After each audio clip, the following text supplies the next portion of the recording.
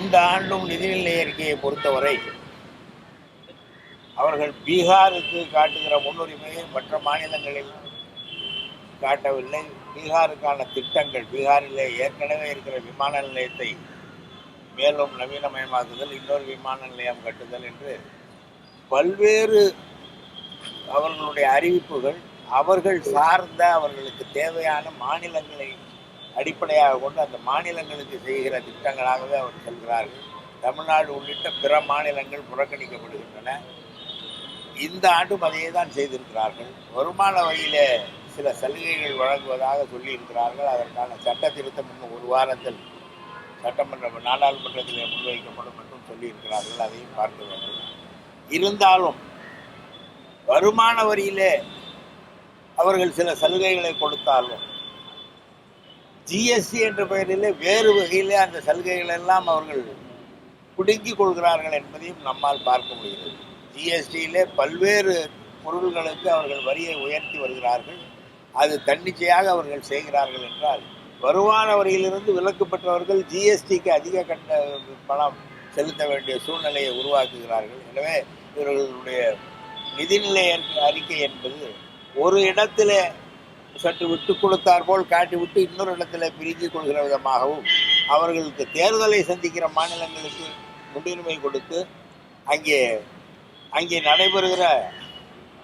தற்போது நடைபெறுகிற ஆட்சியை அகற்றி பாஜக ஆட்சியை நிலைநாட்டுவதற்குமான பீகாரிலே கூட அவர்களை நிதிஷ்குமார் முழுமையாக இந்த ஆட்சி அமைவதற்கு ஆதரவு தந்தாலும் கூட அவர்களுடைய நோக்கம் அந்த பீகாரிலே ஆட்சியை கைப்பற்றுவதாக எண்ணத்தோடு அவர்கள் செயல்படுகிறார்கள் என்றுதான் நான் கருதுகிறேன்.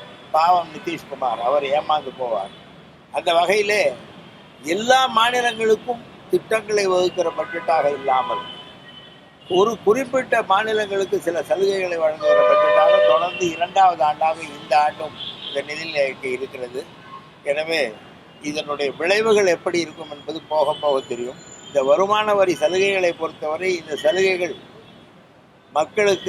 சலுகைகளின் பலன் மக்களுக்கு போய் சேருமா என்பது அவர்கள் அடுத்தது ஜிஎஸ்டி வரியில எந்த அளவுக்கு உயர்த்துகிறார்கள், எந்த அளவுக்கு சீர்திருத்தம் செய்கிறார்கள் என்பதை பொறுத்து அமையும். விவசாயிகளுக்கான கடனை உயர்த்தியிருக்காங்க. ஆனா அதே வேளையில விவசாயிகள் தொடர்ந்து செய்யக்கூடிய கடனை ரத்து செய்வதற்கான எந்த அறிவிப்பும் அதான் சொல்றேன். விவசாயிகளுக்கு இவர்கள் என்ன செய்ய முடியும்? இவர்கள் சொல்கிறார்கள் நாங்கள் இவ்வளவு விவசாயிகளுக்கு இவ்வளவு பணம் ஒதுக்கி இருக்கிறோம் என்று. ஆனால் விவசாயிகள் கடன் வாங்குவதற்கே அச்சப்படும் அளவுக்கு செய்திருக்கிறார்கள். விவசாயிகள் மாநில அரசுகளிடம்தான் கடன் பெறுகிறார்கள். மாநில அரசின் கூட்டுறவு வங்கிகளிடமிருந்து தான் கடன் பெறுகிறார்கள். ஒன்றிய அரசின் பணத்தை பெறுவதில்லை. இவர்கள் பேசுவதெல்லாம் நடைமுறைக்கு ஒவ்வாததாகவே இருக்கிறது. இவர்கள் சொன்னது 2019ஆம் ஆண்டிலேயே மிக பெருமையாக மோடி சொன்னார், நாங்கள் MS சாமிநாதன் குழு அறிக்கையை முழுமையாக ஏற்றுக்கொண்டோம், ஆனால் காங்கிரஸ் அதை கிளப்பிலே போட்டிருந்தது என்று சொன்னார். MS சாமிநாதன் குழு அறிக்கையை முழுமையாக இவர்கள் ஏற்றுக்கொண்டார்கள் என்றால் விவசாய உற்பத்தி பொருட்களுக்கு 150% அடிப்படை விலை நிர்ணயம் செய்ய வேண்டும். விவசாயிகள் இன்றைக்கு அடிப்படை விலை நிர்ணயம் செய்வதில் ஏன் தாமதம் செய்கிறீர்கள் என்று போராடி கொண்டிருக்கிறார்கள். இன்று கூட டெல்லியிலே அந்த போராட்டம் தொடர்கிறது. ஆனால் அந்த விவசாயிகளுக்கு அடிப்படை ஆதார விலையாக 150% தருகிறோம் என்று இந்த நிதிநிலை அறிக்கையிலே கூட அதற்கான திட்டம் இல்லை. எனவே இவர்கள் பேசுவது ஒன்று, செய்வது ஒன்றாக இருக்கிறது. அடிப்படை ஆதார விலையை பற்றி பேசியவர் மோடி. விவசாயிகள் இன்றைக்கு அடிப்படை ஆதார விலை நிர்ணயம் சொல்லி போராடி கொண்டிருக்கிறார்கள். அந்த போராட்டத்தில் உள்ள விவசாயிகள் பலர் உயிரிழந்திருக்கிறார்கள். இவர்கள் போராடுகிற விவசாயிகளை அடித்து விரட்டுகிறார்களே தவிர அவர்களுடைய கோரிக்கையின் நியாயத்தை உங்களுடைய வாக்குறுதியின் அடிப்படையிலே தான் அவர்கள் கோரிக்கை வைக்கிறார்கள் என்பதை கூட புரிந்து கொள்ளாமல் விவசாயிகளை விரட்டுகிறார்கள்.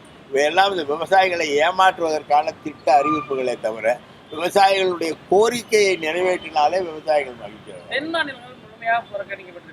பீகார் உள்ளிட்ட வட மாநிலங்களுக்கு மட்டுமே சலுகைகள் அதிகம். அதுதான் நான் சொல்றேன். இவங்க அங்க இருக்கிற நிதிஷ்குமார் ஆட்சியை கவிழ்த்து விட்டு பாஜக ஆட்சியை இங்கே உருவாக்க வேண்டும் என்பதற்காக அவர்கள் பீகாருக்கு திட்டங்கள் வழங்குகிறார்களே தவிர கூட இருந்து தன்னை ஆதரிக்கிற நிதிஷ்குமாருக்கு கூட துரோகம் செய்பவர்களாகத்தான் இவர்கள் இருக்கிறாங்க. அதுதான் இன்றைக்கு உண்மை. ஏன் பீகாருக்கு இது ஒரு விமான நிலையம் உருவாகுவது என்பது எந்த பட்ஜெட்டில் இடம்பெற்றிருக்கிறது? ஆனால் இப்பொழுது சொல்கிறார்கள் பீகாரிலே நாங்கள் ஒரு விமான நிலையத்தை உருவாக்குவோம். அது பட்ஜெட்டிலே இடம்பெறத்தக்க பல விமான நிலையங்கள் பட்ஜெட்டிலே இடம்பெறாமலே அமைந்திருக்கின்றன. பரந்தூர் விமான நிலையம் என்ன பட்ஜெட்டிலே இடம்பெற்றதா என்ன? இல்லை. அப்படி இருக்கும்போது பீகாரிலே ஒரு விமான நிலையம் உருவாக்குகிறோம் என்பதை மட்டும் அவர்கள் நிதிநிலை அறிக்கையிலே குறிப்பிடுகிறார்கள் என்றால் அந்த மக்களை ஏமாற்றுகிறார்கள் என்று பொருள். சார், புதிய வரி சட்ட திருத்தம் வந்து மக்களுக்கு வந்து சலுகைகளா இருக்குமா இல்லை வந்து அது எப்படி சார்? அதைத்தான் சொல்றேன். இந்த புதிய வரி சலுகைகள், வருமான வரி சலுகைகள், இதர வரிகளின் மூலமாக இந்த அவர்கள் சரி ஈடு செய்து கொள்ளக்கூடுமோ என்ற அச்சம் எனக்கு இருக்கு.